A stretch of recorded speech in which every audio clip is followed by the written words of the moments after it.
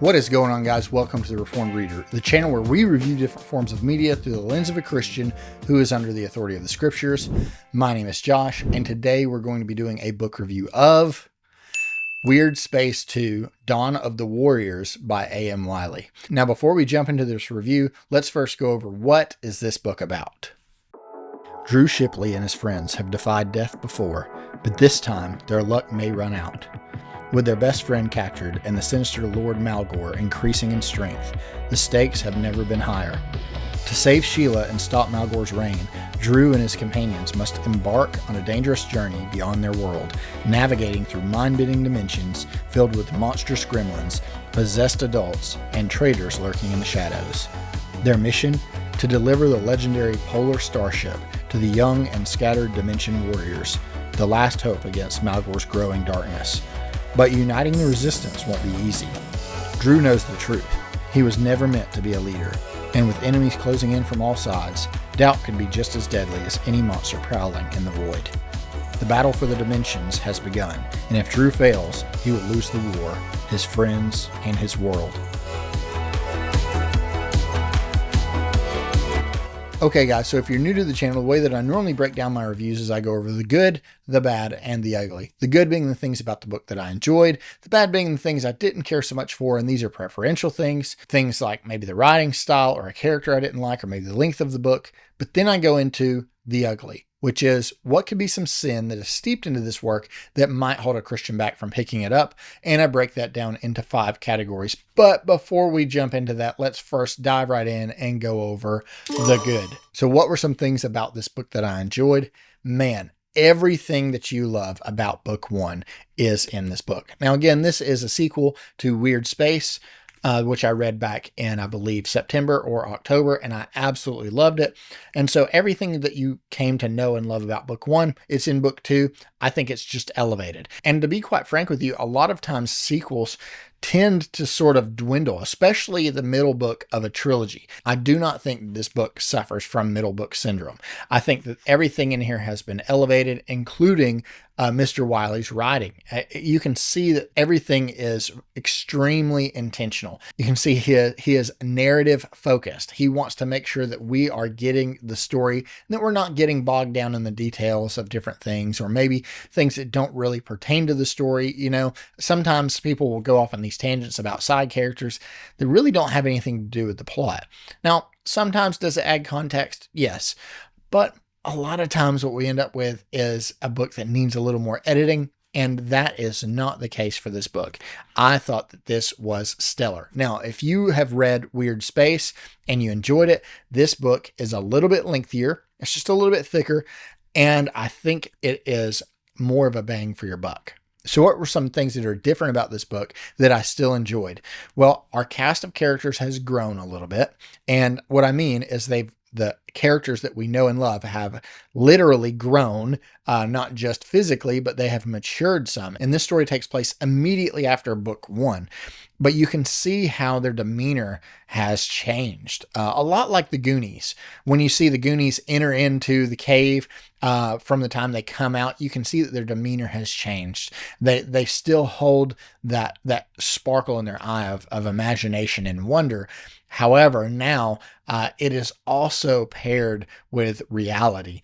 And sometimes that can be a little more bleak, and yeah, it just causes your characters to mature.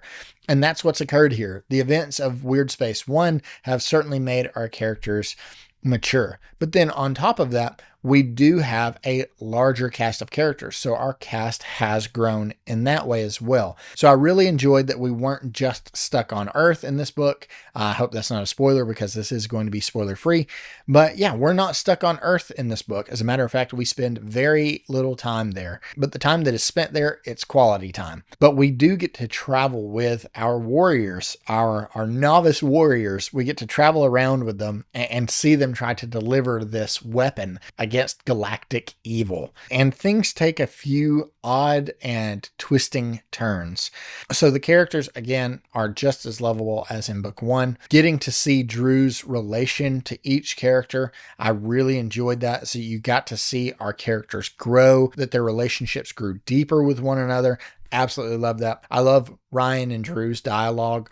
And Drew and Bash, I loved hearing their dialogue. But then you're introduced to some new characters like Fire Girl, who is awesome, by the way, and Grohl, which again, I don't want to give away spoilers, but Grohl he is a really, really cool, interesting side character that I still have not been able to completely wrap my head around. Now, the setting again is fantastic because it is refreshing. It is a bit of a palate cleanse because we're not stuck in one place. And when we are left in one place, we're not stuck there very long. So we do get to move around a little bit. Really, really enjoyed that. But you're reading this again for the plot. You're trying to see what is going on with Malgor. What is he capable of? Like, how sinister is he really? You know, is he just this big bad or that's sort of one-dimensional? The answer is no, by the way. The whole time we're sitting here wondering, you know, are these misfits going to be able to save not only Earth, but all of the dimensions and the entire galaxy? And they're just kids. And I'll leave it up to you to read and see what happens as far as that goes. The prose is very accessible. I think this is a great series to hand to a new reader to say, hey, I know you like sci-fi. I know you liked E.T. I know you like The Goonies or The Last Starfighter or Stranger Things. I know you like those sort of coming of age stories with that group of nerdy misfits. I really think you're going to like this. That's who the prose, I think, is aimed at here. It's not overly flowery. It's very accessible. I wouldn't say it's bad, though. And that's the thing is, you know, I know some people say, well, you know, if you can't write with this super flowery prose, then you're not a good writer. And first of all, that's a ridiculous statement. Second of all, maybe that's not the audience that you're trying to reach. And the audience you're trying to reach, you just want to write a good story and have some fun. And that's what we've got here. It's just a really fun time with some great characters. But without giving away too much, one of my favorite things about this book is the spaceships. And I'm not talking about just the polar starship. That is cool, but it's actually the spaceships of the enemy that are really intriguing to me. And for those of you who have read the book, you know what I'm talking about. For those of you who are planning to read the book, you have something to really look forward to because it is different from anything else that I've read. It is a different take on starships. It is a really interesting take on starships and how there has to be sort of a symbiotic relationship there with the ship and the crew. Also, and this is just for Mr. Andrew Wiley or anybody that's read the book, right near the end, there is a scene that is reminiscent of Independence Day in a couple of ways.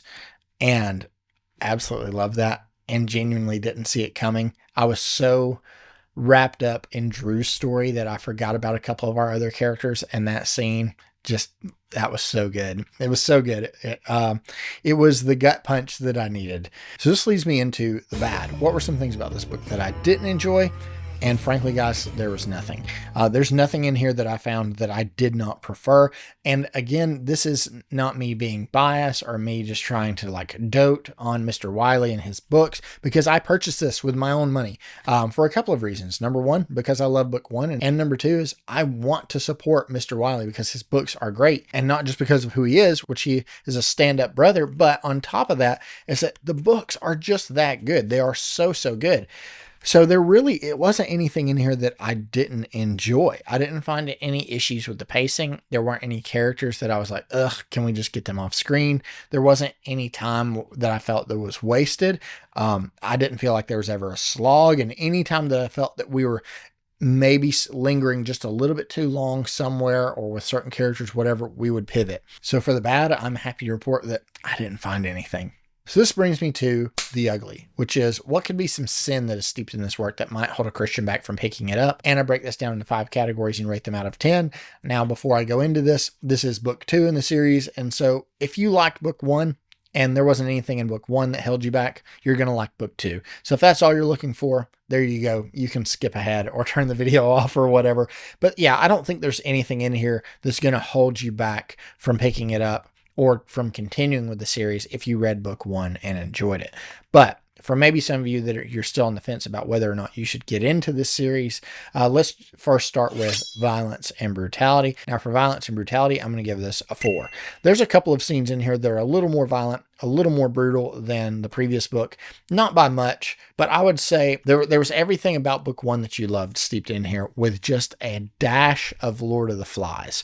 And so there was a few more violent scenes. You got to see what society would look like that was just ran by children with no authority whatsoever and no one to keep them in line. And so it was just hedonistic chaos. So there were a few times when things got a little more violent or a little more brutal, but I don't think it's anything that's going to hold anybody back. If you watch Stranger Things and the violence and brutality in that didn't hold you back, then this certainly won't. I would say this has as much violence in it as maybe The Goonies. So category 2 is sexually explicit content. And for sexually explicit content, I'm going to give this a 0. There's nothing sexually explicit in here whatsoever, guys. It's, nor should there be. So category 3 is going to be language. Now for language, I'm going to give this a 1.